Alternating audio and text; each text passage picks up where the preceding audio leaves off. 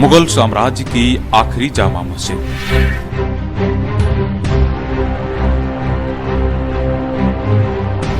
इसके बाद मुगल शासनकाल समाप्त हो गया और अलीगढ़ की इस मस्जिद को मुगल शासनकाल की आखिरी मस्जिद का दर्जा हासिल हुआ।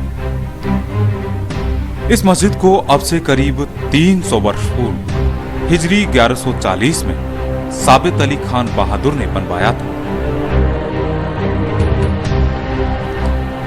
इसके निर्माण की तारीख मस्जिद के मुख्य द्वार पर लगे पत्थर पर साफ देखी जा सकती है, जिस पर फारसी भाषा में इसके निर्माणकर्ता और कारीगरों के नाम से लेकर तत्कालीन शासक के नाम समेत निर्माण की हिजरी भी अंकित है, जिसके लिए फारसी में एक शब्द का प्रयोग भी हुआ है। वो है बागीती किबले सानी, जिसका आंकिक योग भी 1140 होता है। मस्जिद के निर्माण वर्ष यानी हिजरी 1140 से अब तक इसकी खूबसूरती बेमिसाल है। यानी आज जब हम 1433 हिजरी में हैं, तब भी ये मस्जिद पूरी दुनिया में अपने अनोखेपन के लिए जानी जाती है। तत्कालीन कवि मकारम ने इसकी शान में कहा था कि ये संसार का दूसरा किबला है। यानी एक किबला तो मक्का में है और दूसरा हिंदुस्तान के अलीगढ़ में।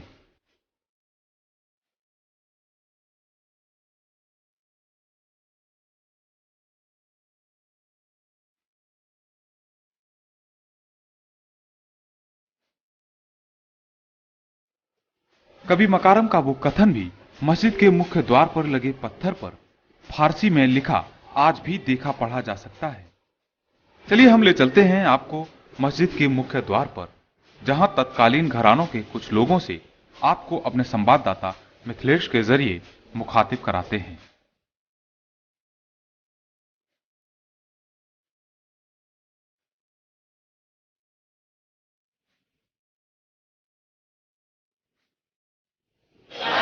दर्शकों, इस वक्त हम खड़े हैं जामा मस्जिद के मुख्य द्वार पर, जहां आपको दिख रहा होगा एक पत्थर लगा और इस पर उकेरा गया है, फारसी में उकेरा गया है।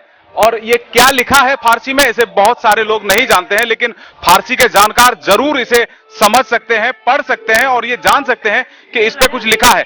हम आपको बता दें कि इस पे जो है इस मस्जिद के निर्माण की तारीख, न सिर्फ निर्माण की तारीख बल्कि इसे किसने बनवाया, किसके शासन काल में बनवाया, ये सभी चीजें इस पत्थर पर फारसी भाषा में लिखी गई हैं।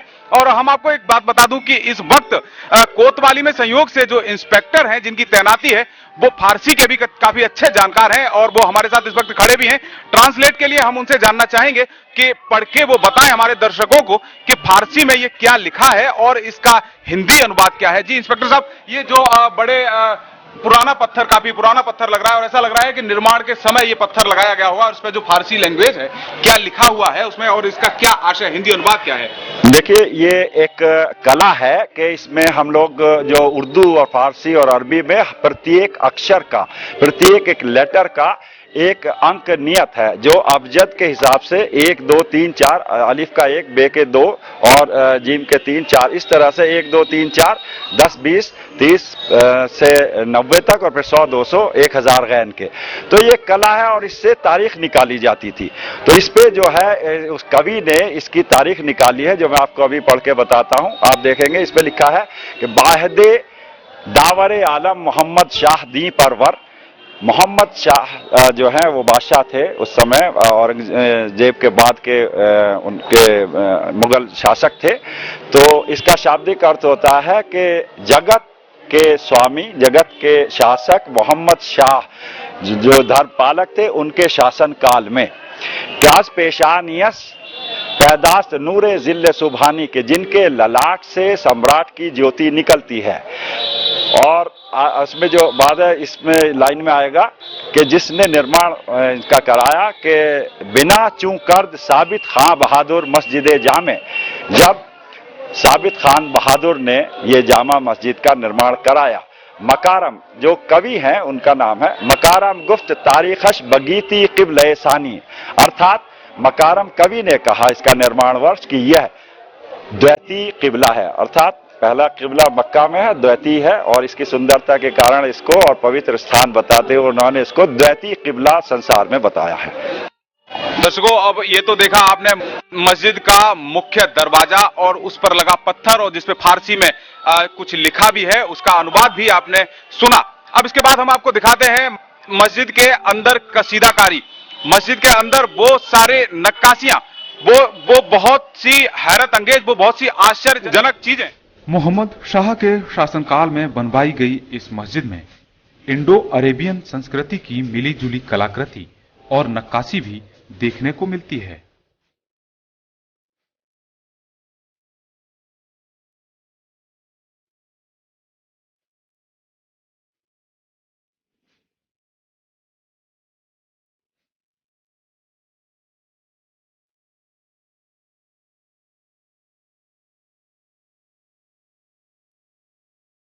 इस मस्जिद में 5 गुंबद हैं, जिनमें मुख्य गुंबद बीच में और दो उसके आसपास हैं। अब आप देख रहे होंगे कि मुख्य गुंबद बिल्कुल अरेबियन स्टाइल में है, जो कि ताजमहल के गुंबद की डिजाइन से काफी मेल खाता है। और इसके बाद एक एक छोटा गुंबद और किनारों पर राजस्थानी स्टाइल में पालकी नुमा गुंबद तो इसकी खूबसूरती में 4 चांद लगाते हैं।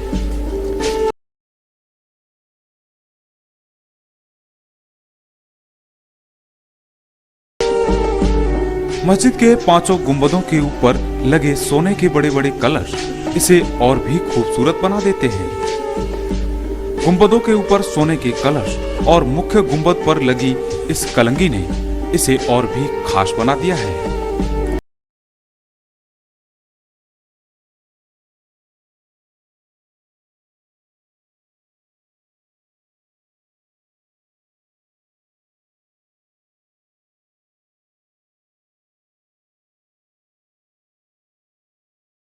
और अपने आप में इतनी खूबियां संजोए भारतवर्ष में ये अपनी तरह की इकलौती जामा मस्जिद है।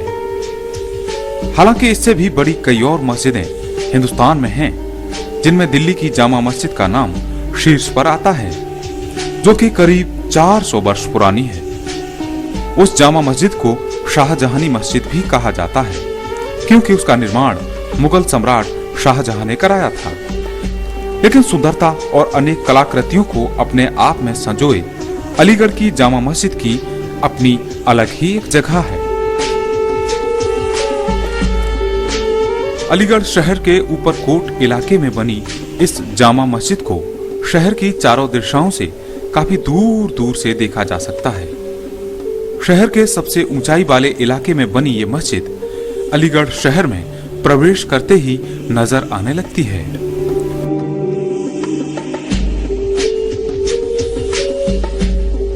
तो देखा आपने इस मस्जिद के बारे में, जैसा कहा जाता है कि अलीगढ़ के किसी भी कॉर्नर से आप शहर में प्रवेश करेंगे, चाहे वो पूरब हो, पश्चिम हो, उत्तर हो या फिर दक्षिण हो, किसी भी कॉर्नर से, किसी भी दिशा से आप अलीगढ़ शहर में प्रवेश करेंगे तो आपको इस जामा मस्जिद का दीदार हो जाएगा। ये वही मस्जिद है जो आज से करीब 300 वर्ष पूर्व साबित अली खान बहादुर ने बनवाई थी, यानी 1140 हिजरी में बनी ये मस्जिद आज भी अलीगढ़ में सबसे ऊंचाई के वाले इलाके में है। अलीगढ़ के किसी भी कॉर्नर से साफ तौर से इस जामा मस्जिद का दीदार किया जा सकता है। आप देख पा रहे हैं कि अभी इस समय हम खड़े हैं अलीगढ़ के ईस्टर्न कॉर्नर पर, अलीगढ़ के पूर्वी छोर पर। इस जगह को छर्रा अड्डा पुल कहा जाता है, जहां से आप मस्जिद का देख सकते हैं, जामा मस्जिद को आप इसका दीदार कर सकते हैं। बिल्कुल पूर्वी छोर है ये अलीगढ़ महानगर का। यहाँ से आप देख पा रहे हैं कि मस्जिद बिल्कुल पूरी तौर से, साफ तौर से देखी जा सकती है। ये वही मस्जिद है जो 1727 ईस्वी में साबित अली खान बहादुर ने बनवाई थी। कहते हैं कि बेशक अलीगढ़ का घंटाघर काफी ऊंचा है, लेकिन निचले इलाके में होने से उसका शिखर मस्जिद की पहली सीढ़ी के लेवल में है। चलिए हम आपको ले चलते हैं मस्जिद के भूतल पर और वहां से दिखाते हैं आसपास का इलाका।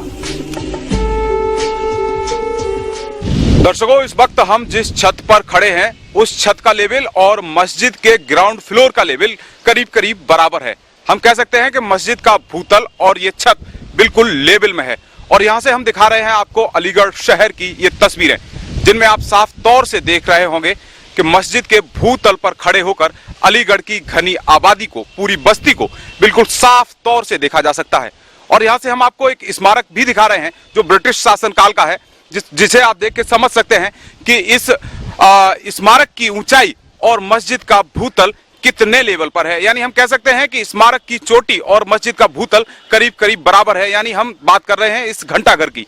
आप इन तस्वीरों में देख रहे हैं ये घंटाघर बिल्कुल हमारे लेवल में है, बिल्कुल कह सकते हैं कि मस्जिद की भूतल के बिल्कुल बराबर में है। ये इससे आप अंदाजा लगा सकते हैं कि ये मस्जिद जामा मस्जिद कितनी ऊंचाई पर बनी है। आज से करीब 300 साल पुरानी ये मस्जिद कितनी ऊंचाई पर और क्या सोचकर बनाई गई होगी। ये जो है मोहम्मद शाह के शासनकाल में बनी है मस्जिद। ये हम आपको दिखा सकते हैं इन तस्वीरों में, आप देख भी रहे होंगे साफ तौर से कि मस्जिद का ग्राउंड फ्लोर बिल्कुल इतनी ऊंचाई पर बनाया गया है कि यहां पर बाढ़ आने जैसी संभावना शायद ही कभी हो।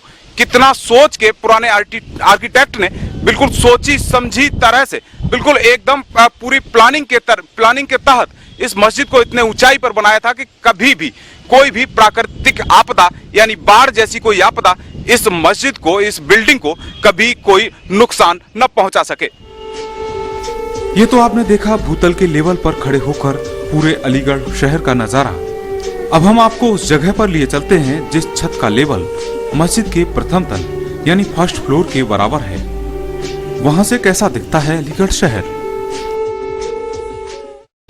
दर्शकों, अभी आपने अलीगढ़ शहर की जो तस्वीरें देखी वो थी मस्जिद के ग्राउंड फ्लोर से, यानी मस्जिद के भूतल से अलीगढ़ की तस्वीरें हमने आपको दिखाई। लेकिन ये तस्वीरें जो आप देख रहे हैं ये तस्वीरें उस लेवल से हैं, हम कह सकते हैं कि अब हम मस्जिद के फर्स्ट फ्लोर पर हैं।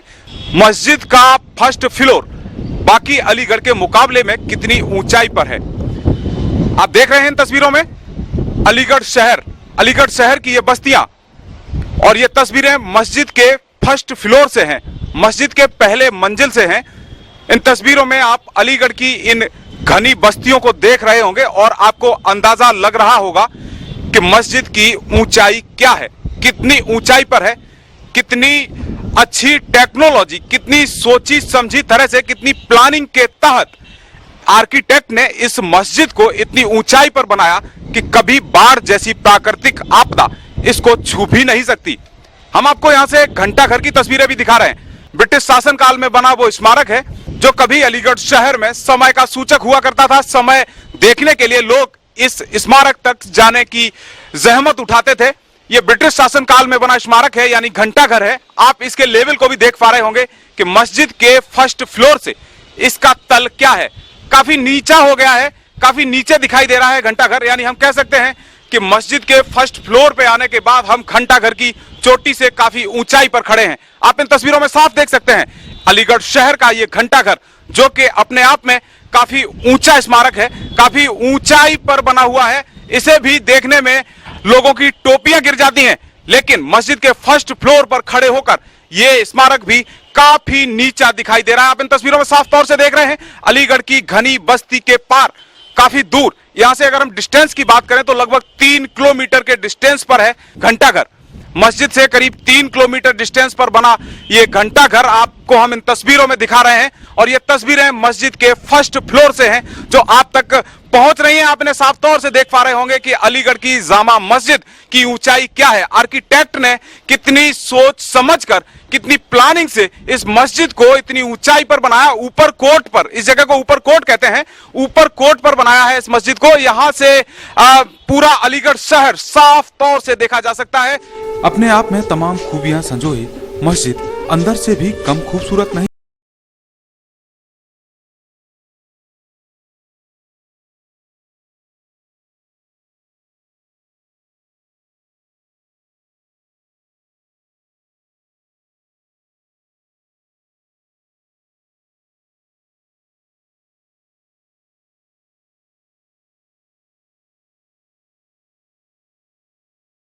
एक अनुमान के मुताबिक इस मस्जिद में 20,000 से भी ज्यादा नमाजी एक साथ नमाज अता कर सकते हैं। ये नजारा ईद जैसे मयसर मौकों पर देखा जा सकता है। अलीगढ़ की इस जामा मस्जिद में हिंदुस्तान की कई जानी मानी हस्तियों, नेताओं, राजनेताओं के अलावा 1962 में सऊदी अरब के बादशाह शाह सऊद भी नमाज अता कर चुके हैं।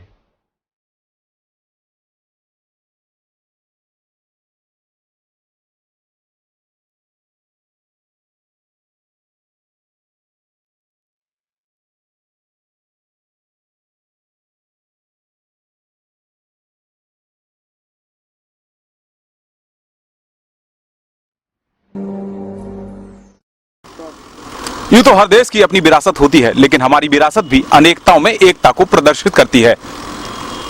अलीगढ़ से न्यू न्यूज के लिए अपने साथी मुकेश के साथ मिथिलेश शर्मा।